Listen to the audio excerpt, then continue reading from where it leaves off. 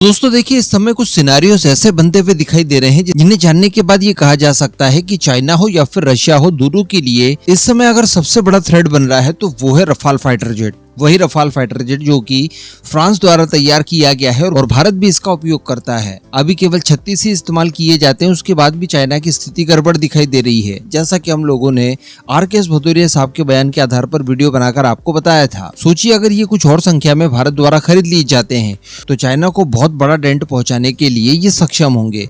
तो इसी तरह की कुछ चीजें अब फ्रांस के द्वारा रशिया के खिलाफ भी की जा रही है, सेम इसी टैक्टिक के आधार पर, यानी रफाल का इस्तेमाल करते हुए। देखिए, वैसे अगर वर्ल्ड पॉलिटिक्स को देखा जाए, सिनारियोस को देखा जाए, तो ये कहा जा सकता है कि अमेरिकन F-35 चाइना हो या फिर रशिया हो, दोनों के लिए एक बड़े थ्रेट के तौर पर तैयार किए गए थे और इन्हें बड़े स्केल पर दुनिया के अलग अलग देशों को एक्सपोर्ट किया गया ताकि इन दोनों ही देशों के खिलाफ इनकी डिप्लॉयमेंट की जा सके। अमेरिका को बदले में पैसा भी मिल गया और अमेरिकन पावर से इन दोनों देशों की घेराबंदी करते हुए दिखाई दिए।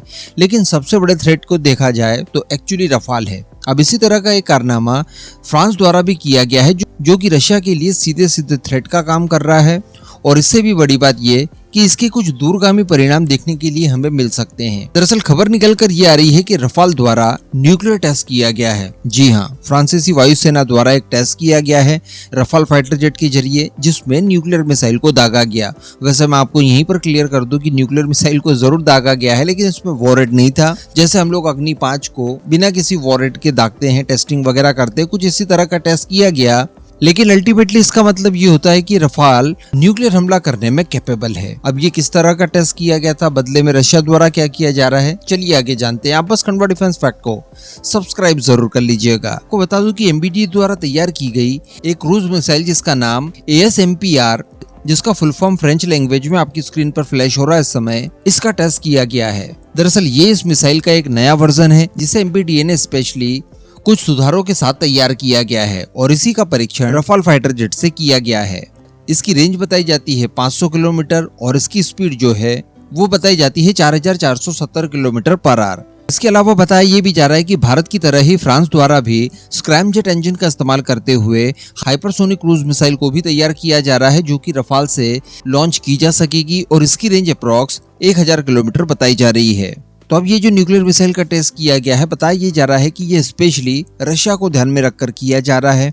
और इस समय की स्थिति अगर देखी जाए तो रशिया और फ्रांस के बीच में ऐतिहासिक रूप से रिलेशनशिप खराब हो चुके हैं। मैंने भी आपको समय समय पर बताया, फ्रांस द्वारा तो यहाँ तक की बातें कही जा रही है कि नेटो फोर्स को यूक्रेन के अंदर डिप्लॉय कर देना चाहिए। इसके अतिरिक्त फ्रांस पूरे ही यूरोप के लिए एक न्यूक्लियर अम्ब्रेला भी तैयार करने की कोशिश कर रहा है, जो कि रशिया के खिलाफ एक खतरनाक डिटरेंस के रूप में देखा जा रहा है। ऐसी परिस्थितियां चिंता का विषय जरूर हो सकती है, क्योंकि मैं आपको बता दूं कि सेम इसी वक्त पर जब फ्रांस द्वारा ये न्यूक्लियर परीक्षण वगैरह किए जा रहे हैं, रशिया द्वारा भी टैक्टिकल न्यूक्लियर वेपन्स को इस्तेमाल करने के लिए परीक्षण शुरू कर दिए गए हैं और एक पूरी एक्सरसाइज उनके द्वारा आयोजित की जा रही है। और बताया जा रहा है कि ये रशिया द्वारा इसलिए किया जा रहा है ताकि यूक्रेन के ऊपर इतना सारा दबाव एक साथ बनाया जा सके कि वो सरेंडर करने के लिए मजबूर हो जाए। वैसे भी रशिया जानता है कि अमेरिका कुछ समय में इलेक्शन में जाने वाला है, उसका ध्यान इस ओर काफी कम रहेगा। इसके अलावा अमेरिका को उन्होंने इजराइल, गाजा और ईरान तरफ भी ज्यादा उलझा दिया है, तो ऐसी परिस्थिति रशिया के लिए सूटेबल हो सकती है और वो लोग भी लगातार दबाव बनाने की कोशिश कर रहे हैं। और अमेरिका की कमजोर पड़ती हुई ग्रिप को फुलफिल करने का काम इस समय